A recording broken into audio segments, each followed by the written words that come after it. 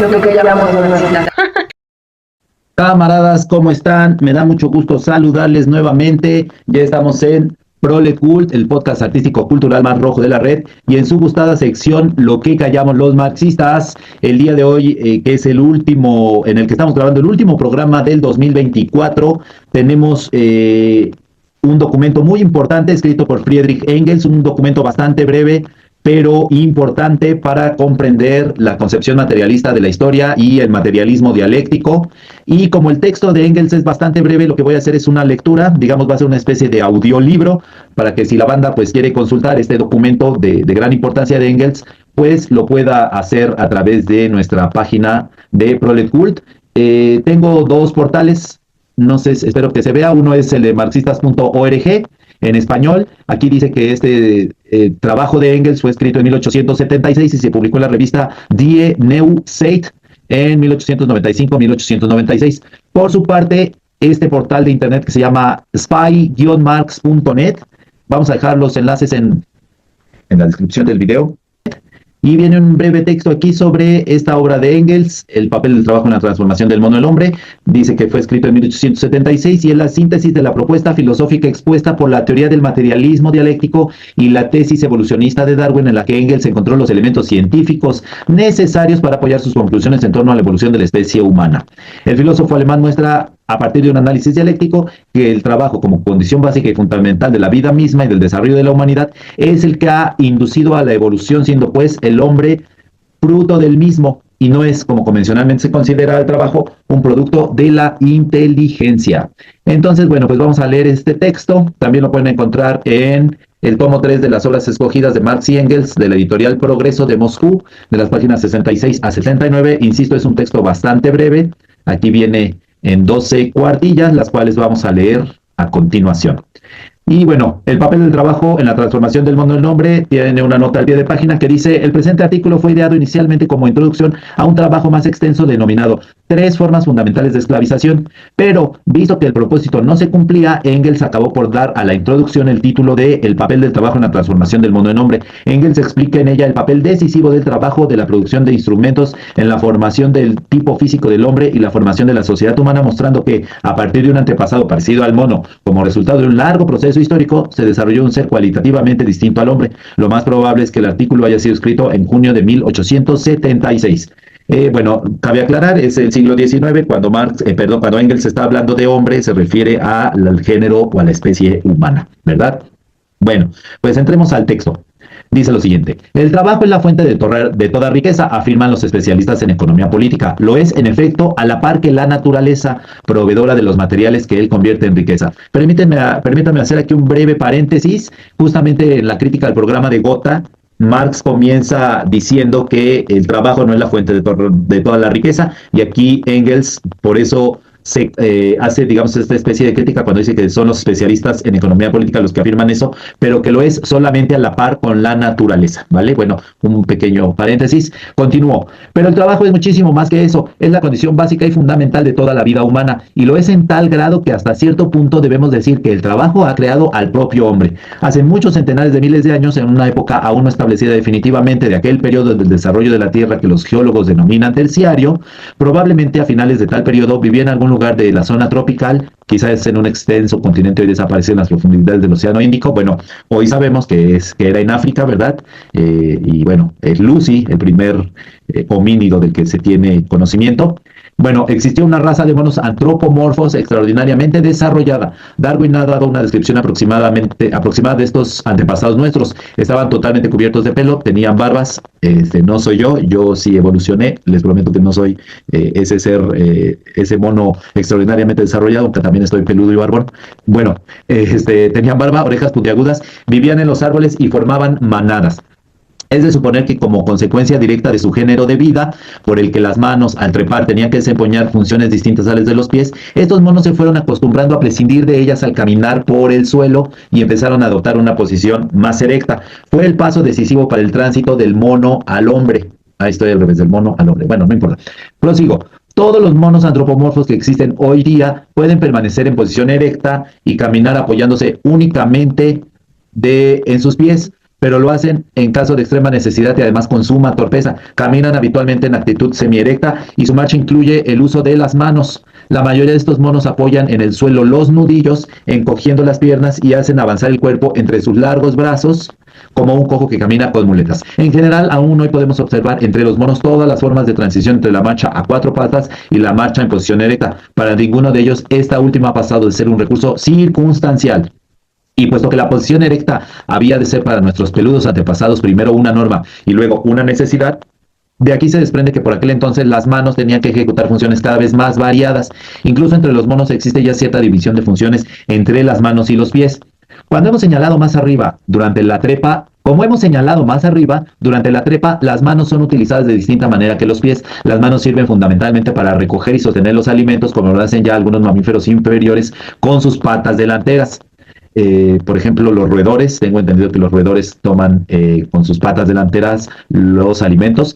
Ciertos monos se ayudan de las manos para construir sus nidos en los árboles y algunos, como el chimpancé, llegan a construir tejadillos entre las ramas para defenderse de las inclemencias del tiempo. La mano les sirve para empuñar garrotes con los que se defienden de sus enemigos o para bombardear a estos con frutos y piedras. Cuando se encuentran en la cautividad, realizan con las manos varias operaciones sencillas que copian de los hombres. Pero aquí es precisamente donde se ve cuán grande es la distancia que separa la mano primitiva de los monos, incluso de los antropoides superiores, de la mano del hombre, aquí yo agregaría incluso del más torpe, perfeccionada por el trabajo durante centenares de miles de millones de años. El número y la disposición general de los huesos y los músculos son los mismos en el mono y en el hombre, pero la mano del salvaje más primitivo es capaz de ejecutar centenares de operaciones que no pueden ser realizadas por la mano de ningún mono. Ni una sola mano simiesca ha construido jamás un cuchillo de piedra, por tosco que fuese. Por eso, las funciones para las que nuestros antepasados fueron adaptando poco a poco sus manos durante los muchos miles de años que dura el periodo de transición del mono al hombre, solo pudieron ser en un principio funciones sumamente sencillas. Los salvajes más primitivos, incluso aquellos en los que puede presumirse el retorno a un estado más próximo a la animalidad, con una degeneración física simultánea, son muy superiores a aquellos seres del periodo de transición.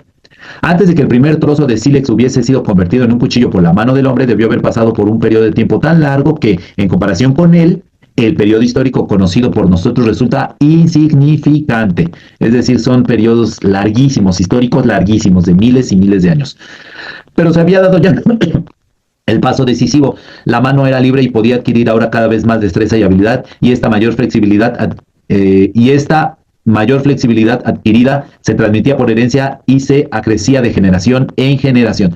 Vuelvo a hacer un paréntesis. Aquí es importante esto que menciona Engels con respecto a los periodos tan largos de tiempo y que resultan insignificantes, los que conocemos nosotros, en el sentido de entender que el modo de producción que rige en la actualidad, que es el capitalismo, pues tampoco es eterno, tiene una fecha de caducidad, ¿verdad? Y realmente es bastante breve el periodo en el que la humanidad lleva el capitalismo, y por lo tanto también es bastante breve las ideas que se han desarrollado. Entonces no son ideas eternas esto de que somos competitivos por naturaleza y de que somos individualistas, toda esa basura ideológica, bueno, tiene fecha de caducidad.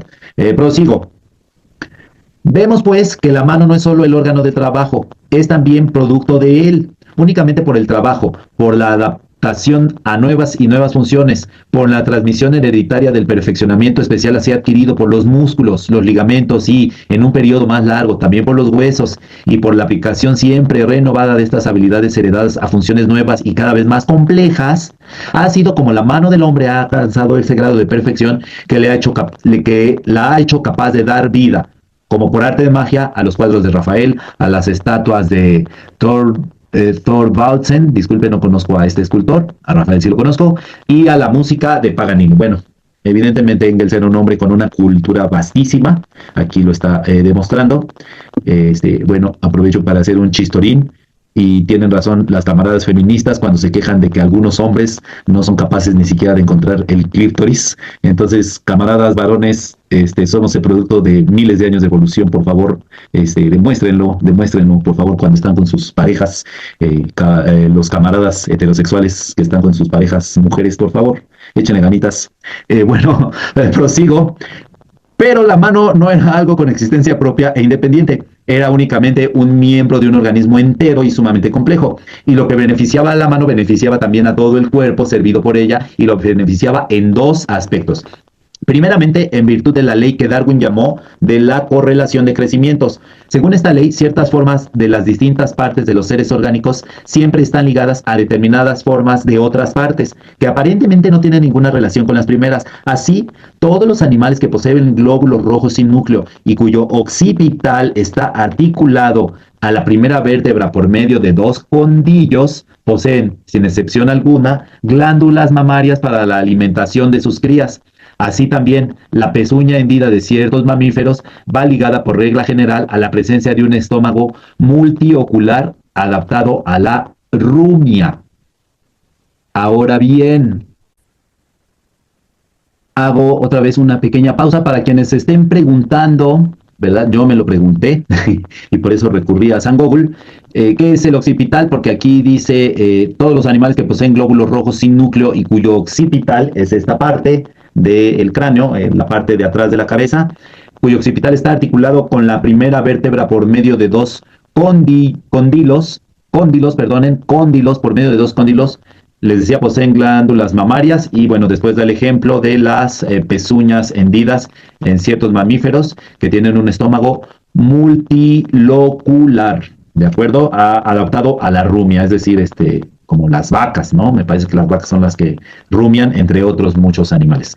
Bueno, las modificaciones experimentadas por ciertas formas provocan cambios en la forma de otras partes del organismo sin que estemos en condiciones de explicar tal conexión. Los gatos totalmente blancos y de ojos azules son siempre o casi siempre sordos. El perfeccionamiento gradual de la mano del hombre y la adaptación concomitante de los pies a la marcha en posición erecta repercutieron indudablemente en virtud de dicha correlación sobre otras partes del organismo. Sin embargo, esta acción aún está poco estudiada, que aquí no podemos más que señalarla en términos generales. Bueno, pues era el siglo XIX, lamentablemente Engels no tuvo acceso a los conocimientos que hay ahora, ¿verdad? Mucho más importante es la reacción directa posible de demostrar del desarrollo de la mano sobre el resto del organismo. Como ya hemos dicho, nuestros antepasados simiescos eran animales que vivían en manadas. Evidentemente, no es posible buscar el origen del hombre, el más social de los animales, en unos antepasados inmediatos que no viviesen congregados. Con cada nuevo proceso, el dominio sobre la naturaleza que comenzara por el desarrollo de la mano, con el trabajo iba ampliando los horizontes del hombre, haciéndole descubrir constantemente en los objetos propiedades hasta entonces desconocidas. Por otra parte, el desarrollo del trabajo, al multiplicar los casos de ayuda mutua y actividad conjunta, y al mostrar así las ventajas de esta actividad conjunta para cada individuo, tenía que contribuir forzosamente a agrupar aún más miembros de la sociedad. En resumen, los hombres en formación llegaron a un punto en que tuvieron necesidad de decirle a algunos algo los unos a los otros. La necesidad creó el órgano. La laringe, poco desarrollada del modo, se fue transformando lenta pero firmemente mediante modulaciones que producían a su vez modulaciones más perfectas, mientras los órganos de la boca aprendían poco a poco a pronunciar un sonido articulado tras otro. Voy a aumentar porque estoy subrayando y de pronto no veo bien, para que si quieren ir leyendo a la par.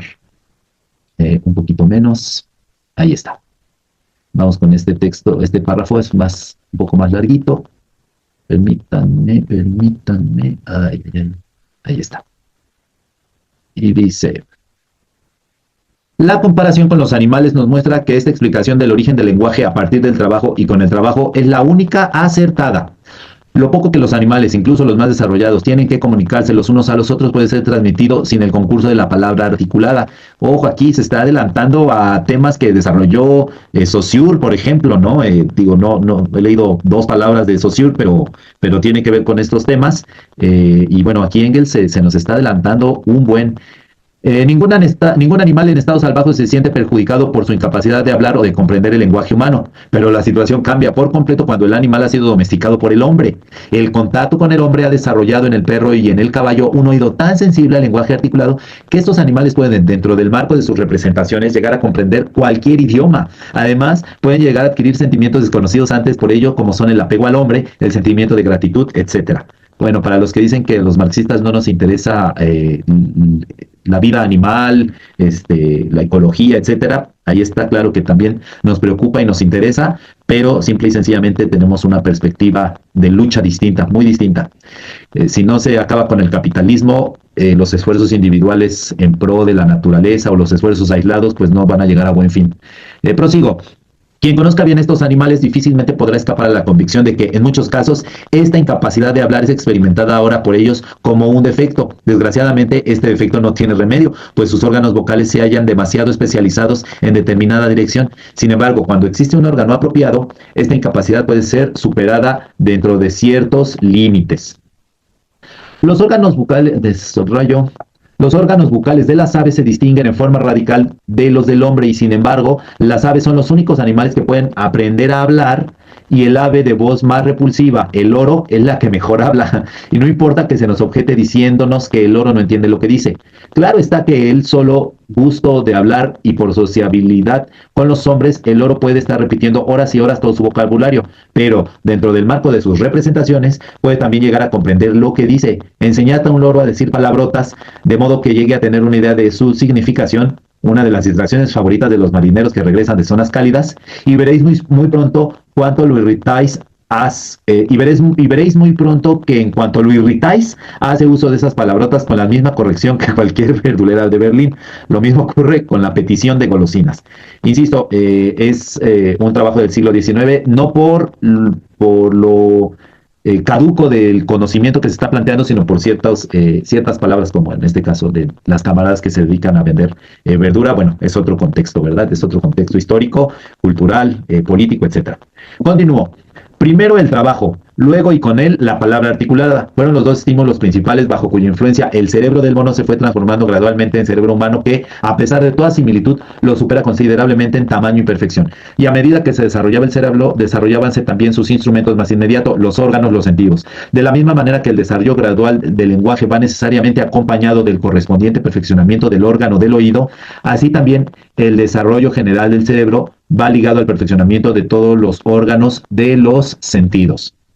La vista del águila tiene mucho más alcance que la del hombre, pero el ojo humano percibe en él las cosas más detalladas que el ojo del águila. El perro tiene un olfato más fino que el del hombre, pero no puede captar ni la centésima parte de los olores que sirven a este de signos para diferenciar cosas distintas. Y el sentido... Ay, Dios mío, perdón. Y el marxista diciendo, Dios mío, aquí estamos. Y el sentido del tacto, que el mono posee a duras penas en la forma más tosca y más primitiva, se ha desarrollado únicamente con el desarrollo de la propia mano del hombre a través del trabajo, el desarrollo del cerebro y de los sentidos a su servicio, la creciente claridad de conciencia, la capacidad de abstracción y de discernimiento cada vez mayores reaccionaron a su vez sobre el trabajo y la palabra, estimulando más y más su desarrollo.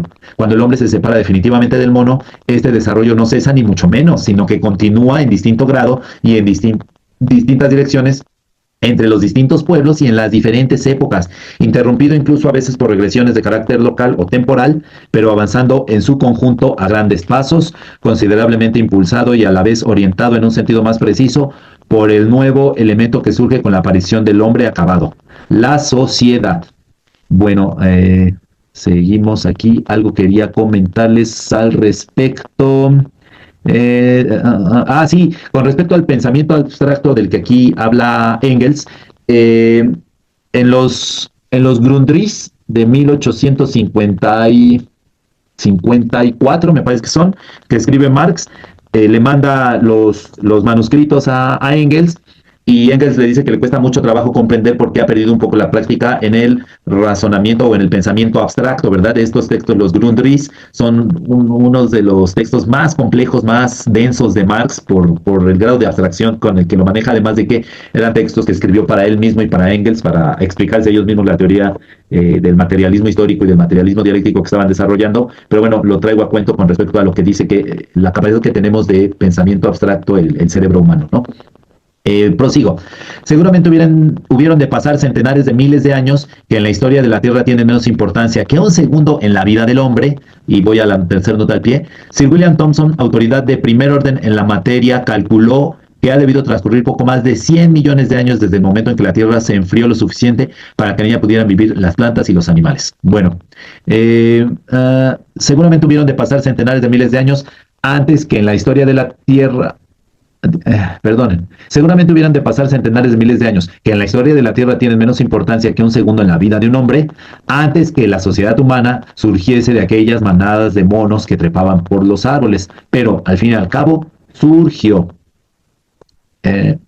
¿Y qué es lo que volvemos a encontrar como signo distintivo entre la manada de monos y la sociedad humana? Otra vez el trabajo. La manada de monos se contentaba con devorar los alimentos de un área que determinaban las condiciones geográficas o la resistencia de las manadas vecinas. Trasladábase de un lugar a otro y entablaba luchas con otras manadas para conquistar nuevas zonas de alimentación, pero era incapaz de extraer de estas zonas más de lo que la naturaleza buenamente le ofreciera, si exceptuamos la acción inconsciente de la manada al abonar los suelos con sus excrementos. Claro, pues eso no era una actividad consciente, ¿verdad?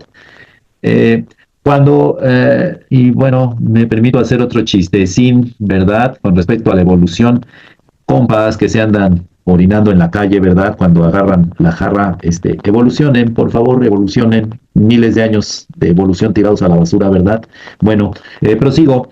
Cuando fueron ocupadas todas las zonas capaces de proporcionar alimento, el crecimiento de la población simiesca fue ya imposible. En el mejor de los casos, el número de sus animales podía mantenerse al mismo nivel, pero todos los animales son unos grandes despilfarradores de alimentos. Además, con frecuencia destruyen en germen la nueva generación de reservas alimenticias.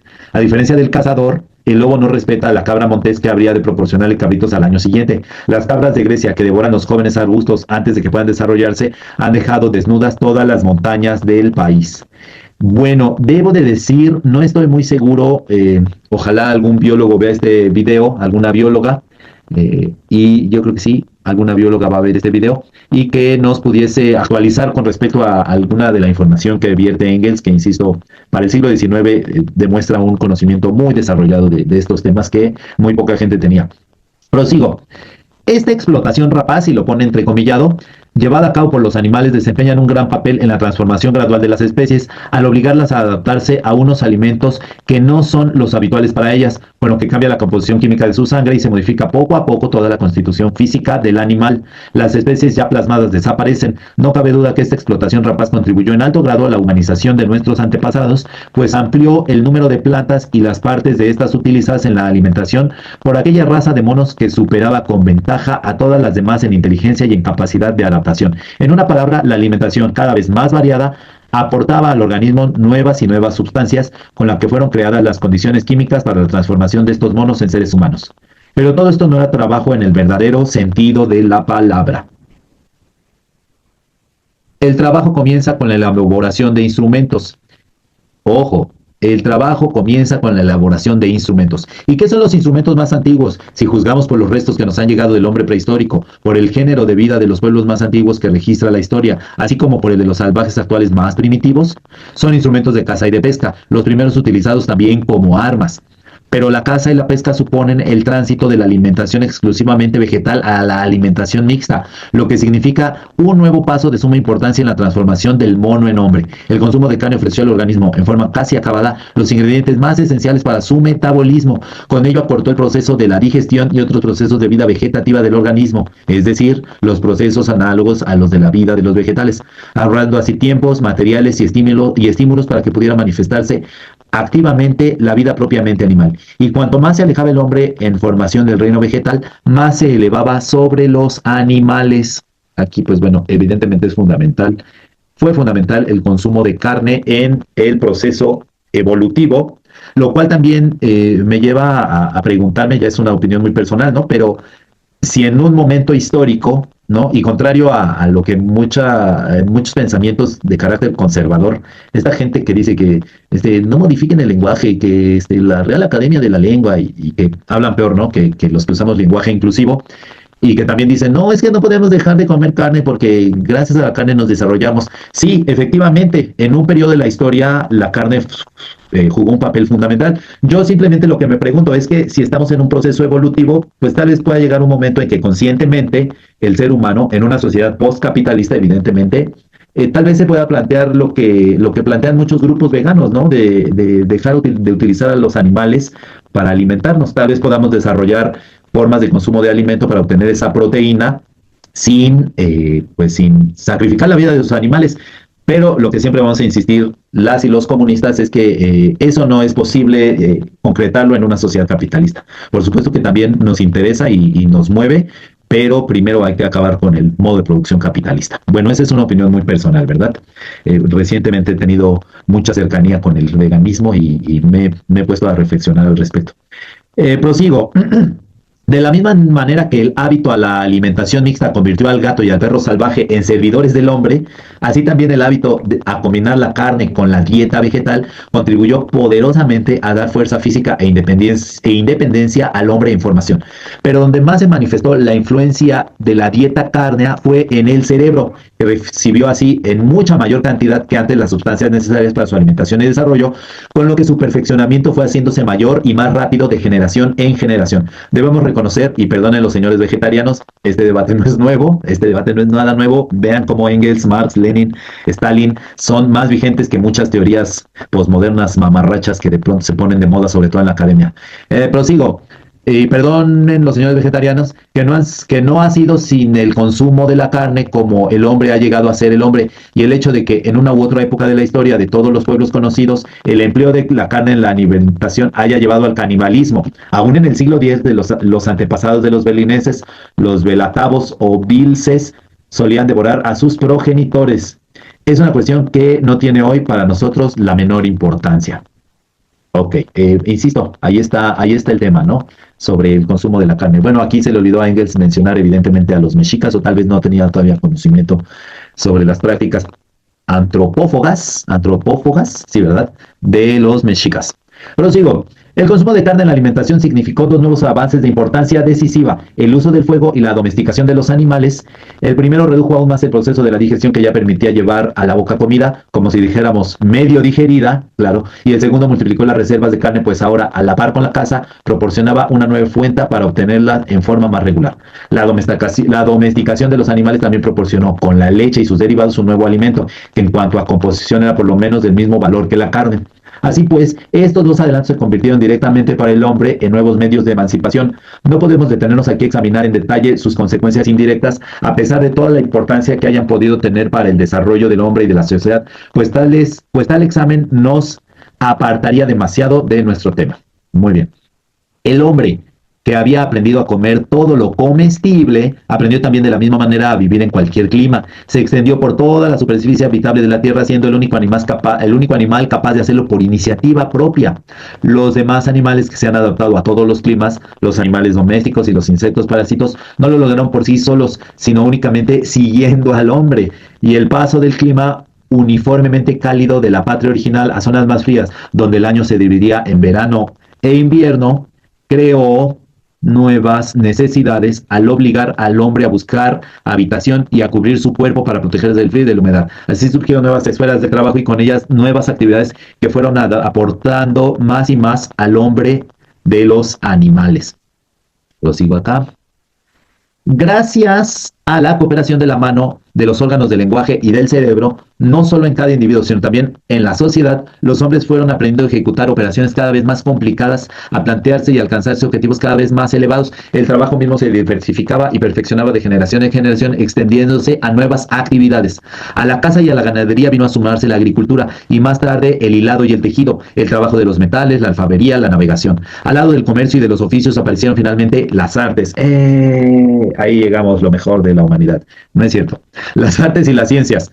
De las tribus salieron las naciones y los estados. Se desarrollaron el derecho y la política, y con ellos el reflejo fantástico de las cosas humanas en la mente del hombre. La religión. Fíjense el desarrollo analítico que va planteando Engels de cómo del trabajo, ¿no? Del trabajo de las tribus originarias, llegamos hasta temas como el derecho, la política y la religión, pero, o sea, muy bien estructurado su argumento, ¿no? Es realmente fascinante los textos de Engels. Y bueno, para aquellos que dicen, Engels nada más era mecenas, él no sabía nada, el chingón era Marx, pues los dos conocían muy bien la teoría materialista, y los dos fueron fundamentales en el desarrollo de la teoría, ¿no? Bueno, y luego más pensadoras y pensadores que vinieron después de ellos. Frente a todas estas creaciones que se manifestaban en un primer término como productos del cerebro y parecían dominar las sociedades humanas, las producciones más modestas, fruto del trabajo de la mano, quedaron relegadas a un segundo plano. Tanto más cuanto que en una fase muy temprana del desarrollo de la sociedad, por ejemplo, ya en la familia primitiva, la cabeza que planeaba el trabajo era ya capaz de obligar a manos ajenas a realizar el trabajo proyectado por ella. Esto es fundamental. El rápido progreso de la civilización fue atribuido exclusivamente a la cabeza y al desarrollo y a la actividad del cerebro. Ojo aquí, los hombres se acostumbraron a explicar sus actos por sus pensamientos en lugar de buscar esta explicación en sus necesidades. O sea, aquí está haciendo una crítica al idealismo filosófico, a sus necesidades, reflejadas naturalmente en la cabeza del hombre que así cobra conciencia de ellas. Así fue como con el transcurso del tiempo surgió esta concepción idealista del mundo que ha dominado el cerebro de los hombres, sobre todo desde la desaparición del mundo antiguo y que todavía lo sigue dominando hasta el punto de que incluso los naturalistas de la escuela darwiniana más allegados al materialismo son aún incapaces de formarse una idea clara acerca del origen del hombre, pues esa misma influencia idealista les impide ver el papel desempeñado aquí por el trabajo. Esta parte del texto es maravillosa, verdaderamente maravillosa, como encuentra Engels el origen de la religión y del pensamiento idealista, anticientífico, que es el que reivindica la burguesía, además, ¿no?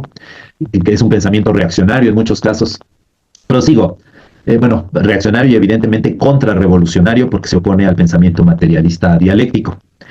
Prosigo. Los animales, como ya hemos indicado de pasada, también modifican con su actividad la naturaleza exterior, aunque no con el mismo grado que el hombre, y estas modificaciones provocadas por ellos en el medio ambiente repercuten, como hemos visto, en sus originadores, modificándolos a su vez. En la naturaleza nada ocurre de forma aislada, cada fenómeno afecta a otro y es a su vez influenciado por esto, y es generalmente el olvido de este movimiento y de esta interacción universal lo que impide a nuestros naturalistas percibir con claridad las cosas más simples. Ya hemos visto cómo las cabras han impedido la repoblación de los bosques en Grecia. En Santa Elena, las cabras y los cerdos desembarcados por los primeros navegantes llegados a la isla exterminaron casi por completo la vegetación allí existente, con lo que prepararon el suelo para que pudieran multiplicarse las plantas llevadas más tarde por otros navegantes y colonizadores. Pero la influencia duradera de los animales sobre la naturaleza que los rodea es completamente involuntaria y constituye, por lo que a los animales se refiere, un hecho accidental. Aquí me detengo otra vez, disculpen por tanto paréntesis, pero para aquellos que hacen esta crítica burda con respecto a que el marxismo solo toma en cuenta lo estructural, lo económico, pues se equivocan, ¿no?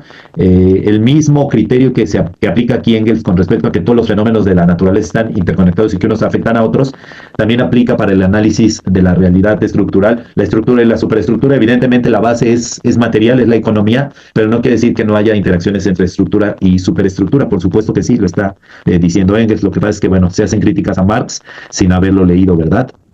Prosigo. Pero cuanto más se alejan los hombres de los animales, más adquiere su influencia sobre la naturaleza el carácter de una acción intencional y planeada y cuyo fin es lograr objetivos proyectados de antemano.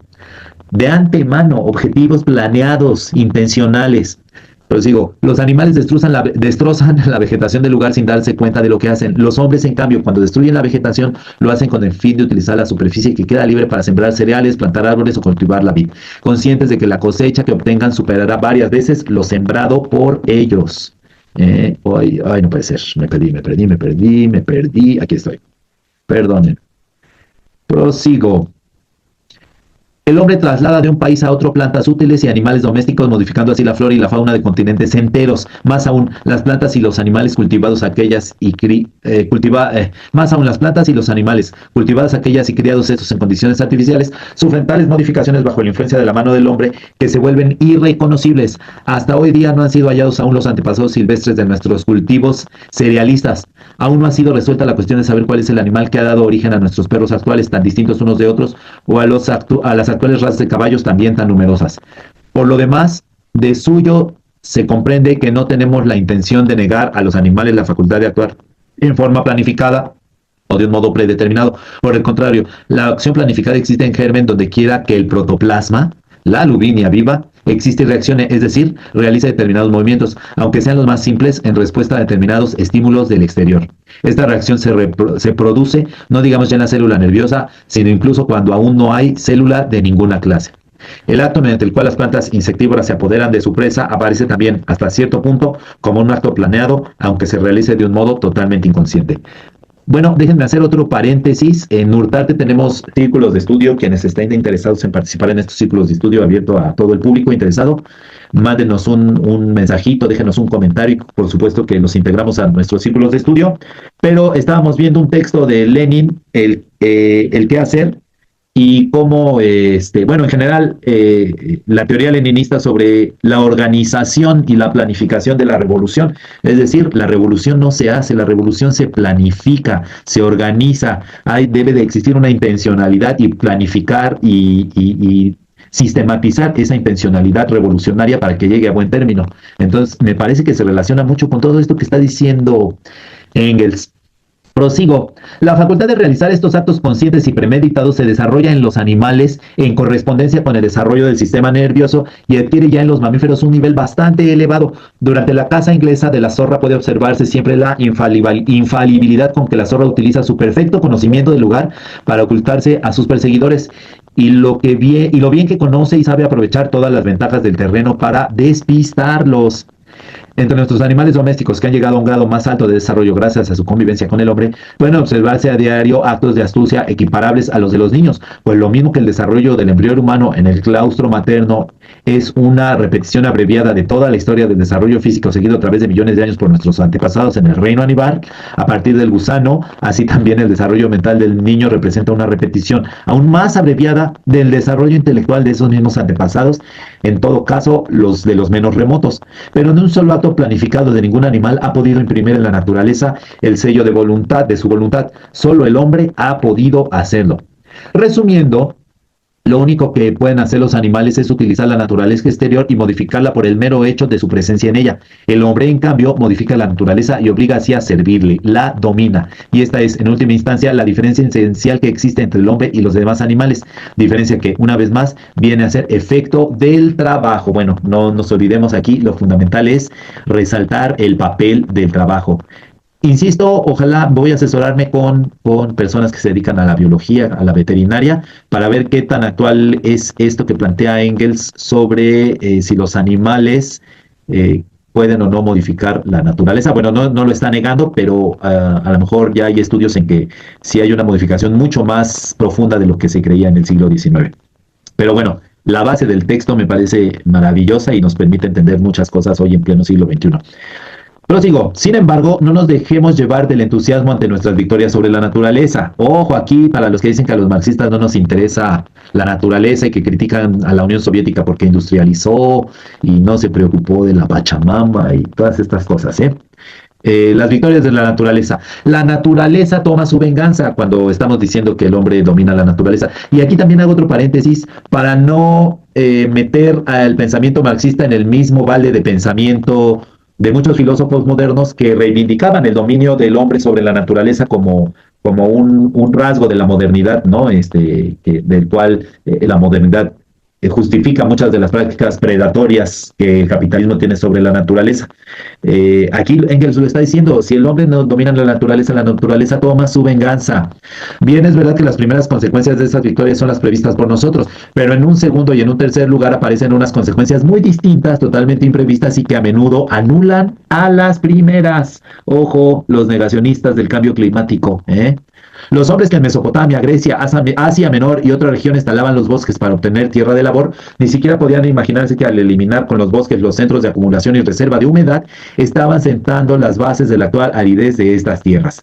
Los italianos de los Alpes, que talaron en las laderas meridionales los bosques de pinos conservados con tanto celo en las laderas septentrionales, no tenía idea de que con ello destruían las raíces de la industria lechera en su región y mucho menos podían proveer que al proceder así dejaban la mayor parte del año sin agua sus fuentes de montaña, con lo que les permitían, al llegar el periodo de las lluvias, vomitar con tanta mayor furia sus torrentes sobre la planicie. Bueno, ahora lo sabemos, somos totalmente conscientes, pero al modo de producción capitalista le importa un comino porque lo que prima es la acumulación de capital. Pero aquí está la lección que nos da Engels, una lección de ecología magistral.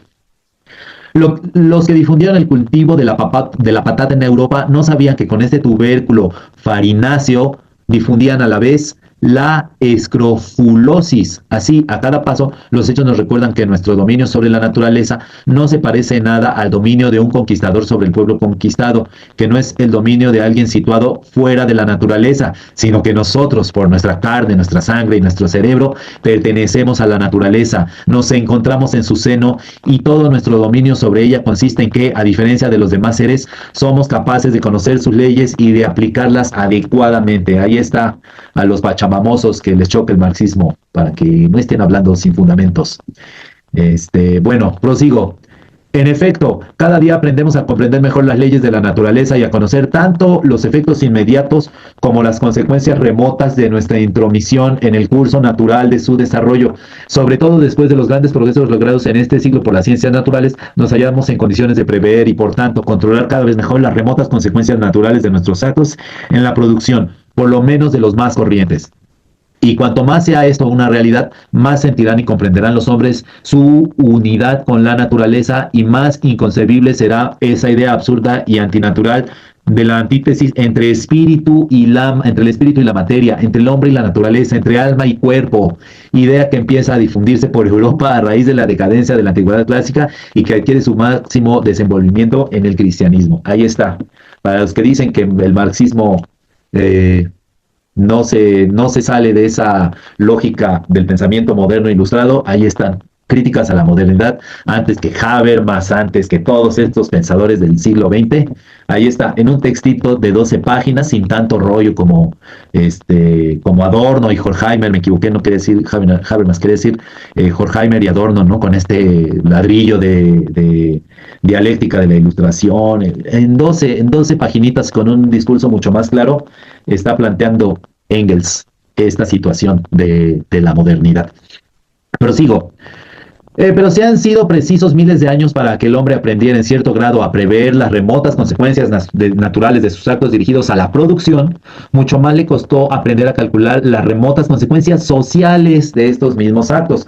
Ya hemos hablado más arriba de la patata y de sus consecuencias en cuanto a la difusión de escrofulosis, pero ¿qué importancia puede tener la escrofulosis comparada con los efectos que sobre las condiciones de vida de las masas de los pueblos de países enteros ha tenido la reducción de la dieta de los trabajadores a simples patatas? Con el hambre que se extendió en 1847 por Irlanda a consecuencia de una enfermedad de este tubérculo y que llevó a la tumba a 1 millón de irlandeses que se alimentaban exclusiva o casi exclusivamente de patatas y que obligó a emigrar allende el océano a otros 2 millones. Cuando los árabes aprendieron a destilar alcohol, ni siquiera se les ocurrió pensar que habían creado una de las armas principales con que habría de ser exterminada la población indígena del continente americano, aún desconocido en aquel entonces, y que cuando Colón descubrió más tarde América, no sabía que a la vez daba nueva vida a la esclavitud, desaparecida desde hacía mucho tiempo en Europa, y sentaba las bases de la trata de negros. ¿Qué tal? ¿Qué tal? Los hombres que en los siglos XVII y XVIII trabajaron para crear la máquina de vapor no sospechaban que estaban creando un instrumento que había de subvertir más que ningún otro las condiciones sociales en todo el mundo y que, sobre todo en Europa, al concentrar la riqueza en manos de una minoría y al privar de toda propiedad a la inmensa mayoría de la población, habrían de proporcionar primero el dominio social y político a la burguesía y provocar después la lucha de clase entre la burguesía y el proletariado, lucha que solo puede terminar con el derrocamiento de la burguesía y la abolición de todos los antagonismos de clase. Pero también aquí, aprovechando una experiencia larga y a veces cruel, confrontando y analizando los materiales proporcionados por la historia, vamos aprendiendo poco a poco a conocer las consecuencias sociales indirectas y más remotas de nuestros actos en la producción, lo que nos permite extender también a estas consecuencias nuestro dominio y nuestro control. Sin embargo, para llevar a cabo este control se requiere algo más que el simple conocimiento. Hace falta una revolución que transforme por completo el modo de producción existente hoy día y con él el orden social vigente. Todos los modos de producción que han existido hasta el presente solo buscaban el efecto útil del trabajo en su forma más directa e inmediata. No hacían el menor caso de las consecuencias remotas que solo aparecen más tarde y cuyo efecto se manifiesta únicamente gracias a un proceso de repetición y acumulación gradual. La primitiva propiedad comunal de la tierra correspondía, por un lado, a un estado de desarrollo de los hombres en el que el horizonte de estos quedaba limitado, por lo general, a las cosas más inmediatas y presumía, por otro lado, cierto excedente de tierras libres que ofrecía cierto margen para neutralizar los posibles resultados adversos de esta economía positiva. Al agotarse el excedente de las tierras libres, comenzó la decadencia de la propiedad comunal. Todas las formas más elevadas de producción que vinieron después condujeron a la división de la población en clases diferentes y por tanto al antagonismo entre las clases dominantes y oprimidas. En consecuencia, los intereses de las clases dominantes se convirtieron en el elemento propulsor de la producción, en cuanto ésta no se limitaba a mantener bien que mal la mísera existencia de los oprimidos. Donde esto haya su expresión más acabada es en el modo de producción capitalista que prevalece hoy en la Europa occidental. Los capitalistas individuales que dominan la producción y el cambio solo pueden ocuparse de la utilidad más inmediata de sus actos. Más aún, incluso esta misma utilidad, por cuanto se trata de la utilidad de la mercancía producida o cambiada, pasa por completo a segundo plano, apareciendo como un incentivo la ganancia obtenida en la ventana. Bueno, esto lo desarrolla mucho más en su Engels lo desarrolla mucho más en su texto del socialismo utópico al socialismo científico. Pero bueno, finalmente termina con un discurso político, ¿verdad? Evidentemente. Ya casi terminamos. La ciencia social de la burguesía, la economía política clásica, solo se ocupa preferentemente de aquellas consecuencias sociales que constituyen el objetivo inmediato de los actos realizados por los hombres en la producción y el cambio. Esto corresponde plenamente al régimen social cuya expresión teórica es esa ciencia, pero por cuanto los capitalistas aislados producen o cambian con el único fin de obtener beneficios inmediatos, solo pueden ser tenidos en cuenta primeramente los resultados más próximos y más inmediatos. Cuando un industrial o comerciante vende la mercancía producida o comprada por él y obtiene la ganancia habitual, se da por satisfecho y no le interesa lo más mínimo que pueda ocurrir después con esa mercancía y su comprador. Igual ocurre con las consecuencias naturales de esas mismas acciones. Cuando en Cuba los plantadores españoles quemaban los bosques en las laderas de las montañas para obtener con la ceniza un abono que solo les alcanzaba para fertilizar una generación de cafetos de alto rendimiento, poco les importaba que las lluvias torrenciales de los trópicos barriesen con la capa vegetal del suelo, privada de la protección de los árboles, y no dejasen tras sí más que rocas desnudas. Ojo aquí, la tala, las lluvias torrenciales, los huracanes, ya lo está diciendo Engels en el 19. En el siglo XIX lo está diciendo Engels. Con el actual modo de producción y por lo que respecta tanto a las consecuencias naturales como a las consecuencias sociales de los actos realizados por los hombres, lo que interesa preferentemente son solo los primeros resultados, los más palpables.